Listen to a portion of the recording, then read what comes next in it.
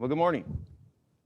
Well, let's see if we got everything rolling so we can get into our class this morning and get started. We got a lot to discuss. And so if you want to turn over to, we're in Matthew chapter 5, verse 31 and 32, 30 and 31, if you want to go over there. We're discussing this issue of marriage as Jesus is teaching it from the Sermon on the Mount. And an important topic, and so I think it's important that we look at it and try to understand it and not complicate it, because it is an emotional issue that a lot of people are struggling with to understand in their daily lives. And one of the things that I said this last time, I want to say again, is that we have to understand that society has shaped itself according to its own values, and we suffer the repercussions of that. And that doesn't change God's law. Just because a society has made something acceptable and been comfortable with it and have been behaving in a particular way doesn't mean that the application of God's law should change. And that's why, especially when it comes to marriage, it has become so debated, controversial, one of the most difficult topics when it comes to family issues in our society, but especially in the church. People trying to, a lot of times, re-justify the way that it's being stated and the application of, and there are so many variables that I don't like going into what ifs. I think there is a point where the elders of your congregation are going to have to make these determinations and look into particular cases and make a call. It's just because there's just too many things that I have seen in my lifetime where there are just some things that are going to have to be with the Lord. It's going to have to be something that the people who are trying to make this decision on whether these individuals can marry or should be married is something that they're going to have to make a decision on based on truth that's coming from those individuals. And there's just so many things. So I want to kind of simplify and not go into the what ifs and look at the way the teaching is in Matthew. And then we need to go to the New Testament, because I've heard a lot of people try to use the idea that what Jesus taught was Mosaic Law, what Paul taught was Christian law. Now, I'm saying it that way roughly because that's basically the essence of what they're saying, is that what Jesus taught was only Old Testament Mosaic law. That once he died and it was buried and nailed to the cross, then everything that was taught by basically the apostles then became the law. And so whatever he taught on marriage there is what you go by. And I think that's wrong. I think that because we've already looked at in this Sermon on the Mount, the way Jesus said that he came to fulfill the law. And a part of that fulfillment was the idea that, let me see, I guess we're not getting slides.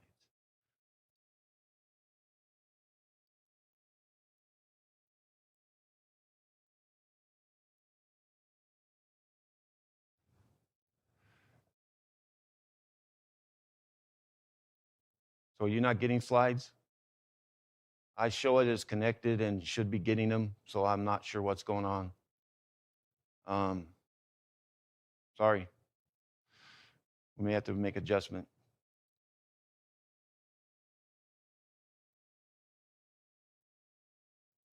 Yeah, or the way we connect to the vMix and you're able to see it over my shoulder here sometimes doesn't work. So when Jesus was teaching, he said that he came to fulfill the law. That's a very important aspect to remember, that there is a universal law that was from the beginning that God has always held man accountable to from the beginning of creation, that then was cauterized in a formality of a covenant relationship with the children of Israel. It did not change or abolish any of the universal moral code that God was holding everybody accountable for. If there was no such thing for everyone, then God could not have them held accountable against something that did not exist. And therefore, they would not be sinners. The only ones that would be sinners were those who were violating Mosaic law. So that's the problem I have with trying to say that Mosaic law was just strictly for Moses, and that when the Christian law of liberty, as described by Paul, it still has everything. It has all of the Mosaic Law. It has the universal law and the essence of all that incorporated together. So when we talk about this, we see that he had said this phrase, the idea of "you have heard it said." Last week, you can go back and look at the other one. I think it's very important, especially if you haven't seen the first part, is to look at the first part before you maybe look at this class if you haven't, because they do flow together, so you don't misunderstand what I'm trying to teach. But he said, he was talking about a condition in which the people have been taught. He said, "You have heard it said," and that's the issue, was what they had heard was that you could divorce for basically anything. He goes back and references really the idea that the way it is always meant to be, is that God had intended for man and wife to be together. Now, in the context of the verses we're looking at here, he is talking specifically, again, about their cultural issue with divorce. And they believed you could divorce for anything. And that's what they said. It was said, whoever divorces his wife, all you have to do is just give her a document. And he says, no, it's more than that. It's more than just giving her that divorce, a decree, a letter of certificate. Now, again, like I said, he was clarifying Mosaic law in a civil, legislated or civilly defined conditions that were according to that civil law. But that's why he then tells them, he goes beyond that and showing that, no, it was more than that. And then he says in 32, and this is where we're getting to this morning. Last week, we've kind of focused on that first half. But he says, "I tell you that anyone divorces his wife except for sexual immorality makes her the victim of adultery. And anyone who marries a divorced woman commits adultery." So now what do we have? So anyone who divorces, anyone who goes through this legal process of putting a person away, and that's what it means. It means to put apart, separate from, in a relationship that has been designated by Mosaic law as showing them as being a husband and a wife. The only reason, he said, is for sexual immorality. So that's kind of the broad scope of this, is that it's anything that was sexually immoral. If he puts her away, he is actually, what I thought is interesting, is makes her the victim of adultery. Why? Well, in that culture, a woman could not survive without having a husband. To survive, she would have to marry again. And in marrying again, because she wasn't an adulteress, she would then, by him forcing her to leave, joining to another person, another man, would be making her the victim of adultery. Plus, that man is probably going to remarry. I mean, he's not just going to say, well, I don't accept her. She's, unclean. She's a fornicator or sexually immoral, so I'm just going to stay single the rest of my life. That might be 0.00001% of people, but honestly, it's not. I mean, they're going to remarry. So the only reason would be for that idea of the woman divorcing and the breaking of this union because of adultery. Now in Matthew 19, this is another one where he has addressed about marriage and divorce. And so let's read there 3 and 5. So some of the Pharisees came to test him. So this is another condition that I find a lot of times, is that sometimes people come to me and it's more of a testing me. They're not wanting to know the truth. They're not wanting to try to come to an understanding between us and us learn and grow. Like, Isaiah said, the swords, we come together and reason. They're coming to really test me to find out where I stand, and so they can oppose me. They asked him, is it lawful for a man to divorce his wife for any and every reason? So this supports what we were discussing last week in Matthew chapter 5:30, is the idea that they believe that you could put away a woman and that's for any reason. But that's not. And so this helps to show that, is that they did believe that. That's what was being taught. Now, there's a lot of people in the same situation that we're faced today, they were faced with, because Jesus is going to stand up against it. And there's going to be a lot of people that their marriages are no longer really recognized by God. So this is a very controversial. So when people tell me, Jesus is all about love and accepting you as you are and all this stuff, no, you know what? He still held fast. And he didn't say, oh yeah, it's okay. You've already done it, so let's go ahead and forgive him. I don't see that either way. I'm saying that's a dangerous, logical way to process that. But he is saying they believe that you could do it for any reason. And now he says, now this is different because he doesn't say, I say, like he does over in the Beatitudes. He says here, haven't you read? I love that. Well, of course we read. We're Pharisees. We're scribes. Of course we read. We're the most learned people there are in the society when it comes to God's law. It's like kind of a little bit of a jab. Haven't you read? He replied, at the beginning, the Creator made them male and female and said, for this reason, a man shall leave his wife and mother and be united to his wife, and the two shall become one flesh. So very clearly, he tells them, no. He's setting up that stage that this is something was not established in Moses' law, that the marriage is established by God. God's the authority of it. Yeah, he authorized the Mosaic Law. He's the one that authored it. But he's taking them to a higher level, a principle of marriage that's much greater than what they're believing. So they are no longer two, they're one flesh. So what? Because of that. Because of what? Because God made them male and female, and he made them to come together and be together. Because of that, let no one separate. Period. There's no conditions in this. He's not saying that. This is what God's intent was. Period. God's intent was not to join, unjoin. He said it's forever. And the only one is who? God. God's the one that's doing the joining here. That's very important. Why then, they asked, did Moses command a man to give his wife a certificate of divorce and send her away? Jesus replied, Moses permitted you to divorce your wives because your hearts were hard. But it was not this way from the beginning. Now, when he says that, there's been a lot of discussion about the hardness of your heart. That, from honestly the context, as you look at this term being used, this phraseology of the hardness of heart, is always because of their low moral standards, their hard moral views and the sinfulness of their hearts.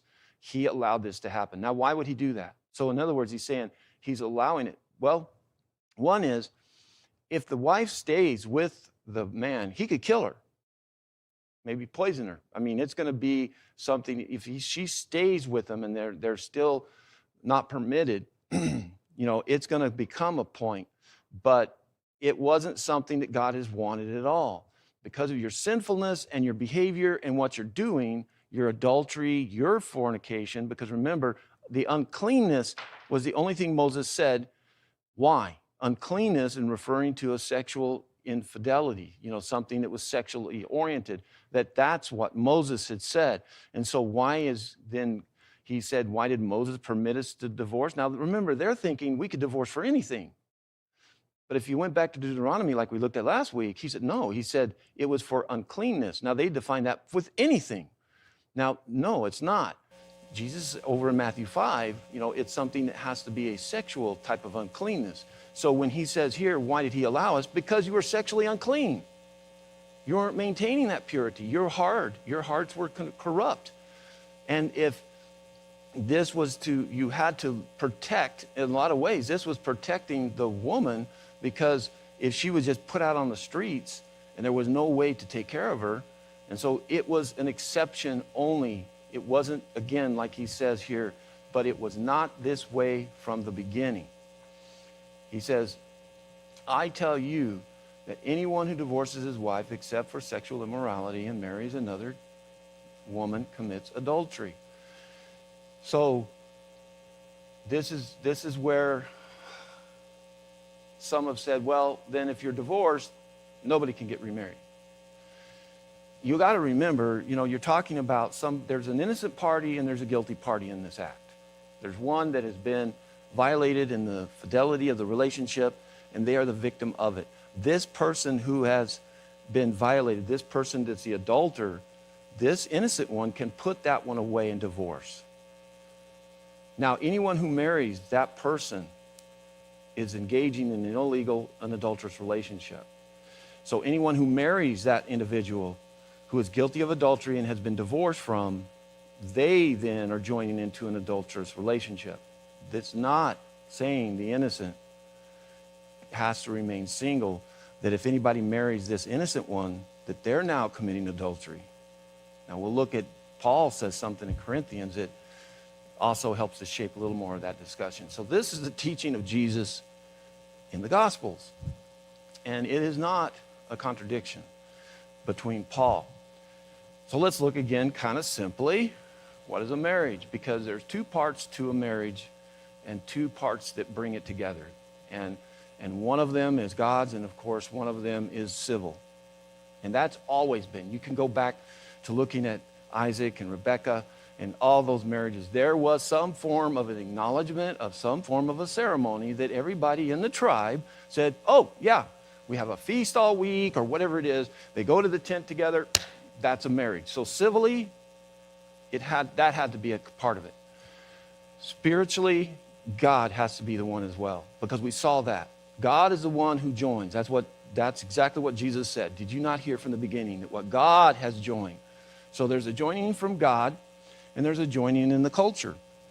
Now, I've always been real interested in seeing, especially currently, the way definitions are changing.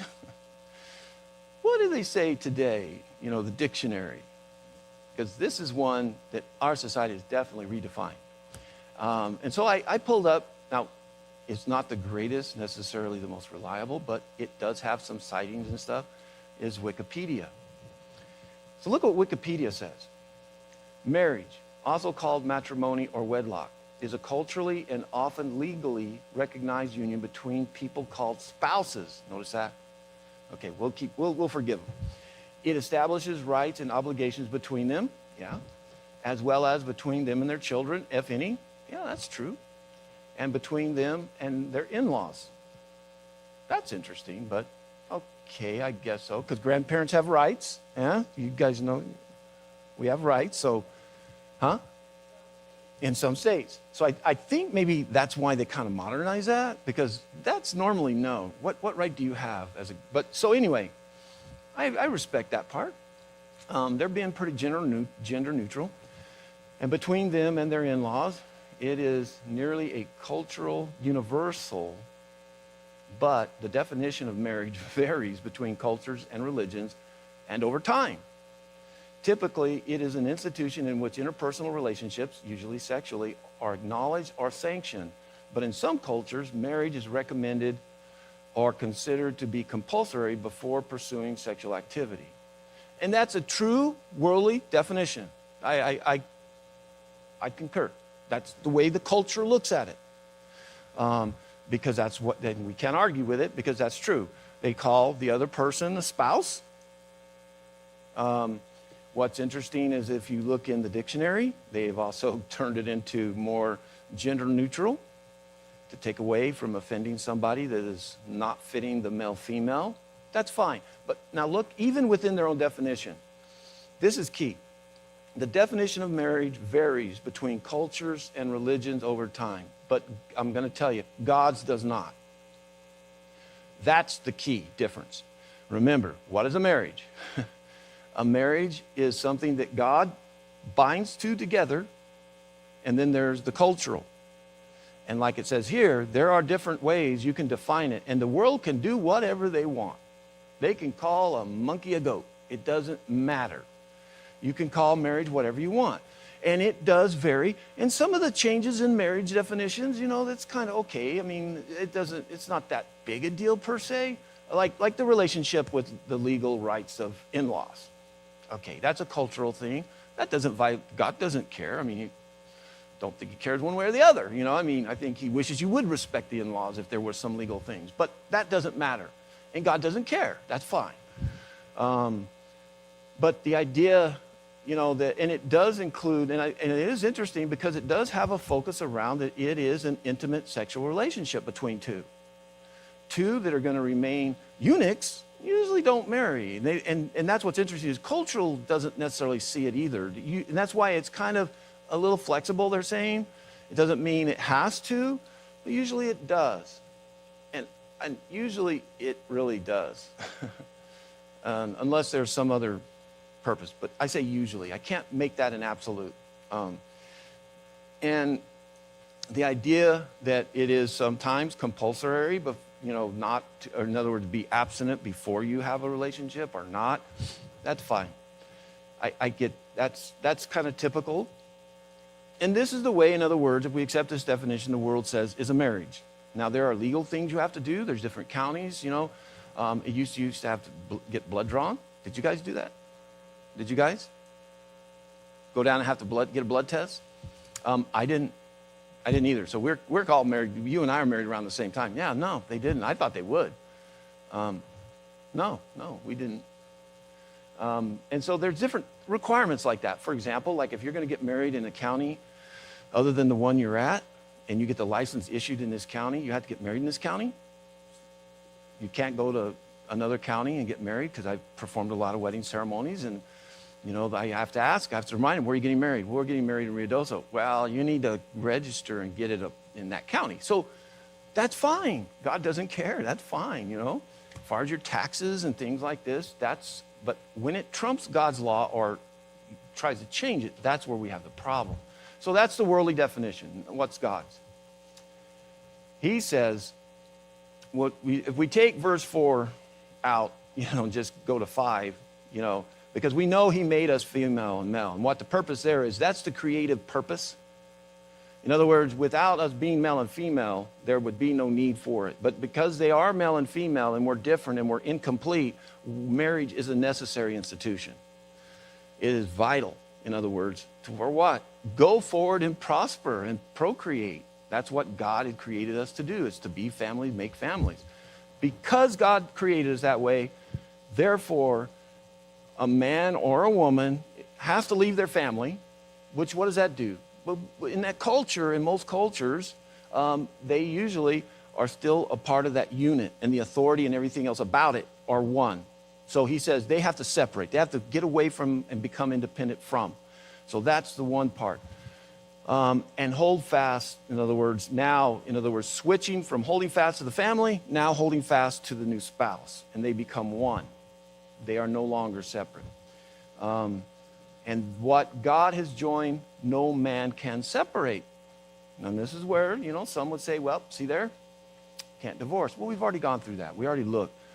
And this is what I mean about where some have tried to teach that, well, Jesus taught Mosaic Law, and so when he said the exception was adultery, but then we look at the New Testament, no, don't go there. Because, again, we're looking at a larger picture. We will come to this. So, what God has joined, only God can dissolve. Remember, there's two parts, okay? So when God joins you, there's a part where only God can dissolve it. Now, I'm going to use this word to simplify this word dissolve, because it gets a little confusing when we talk about some of the purposes or ways. When you talk about one, how do you dissolve a marriage? Because there's more than one way that a marriage can be dissolved. One is through divorce, right? But death is not divorce. So that's why I'm using this word, and we'll discuss that as we go along. And so, according to God, we need to understand that God is the only one who to recognize and dissolve a marriage. Now, there is, like I've mentioned already, there is a civil component to it, and you have to be recognized. You have to go through whatever procedures they are. Now, if you were to go before, I think, 1970s, the only way the courts were issuing, I don't hold me on my dates, but it was before the 70s. Well, whenever Ronald Reagan was governor of California, whatever that date was, you can look it up. Before that, the only really divorce that the court would issue, it had to be for adultery. It wasn't until Ronald Reagan that he got it changed for irreconcilable differences and other reasons. And that opened up Pandora's box for all the other.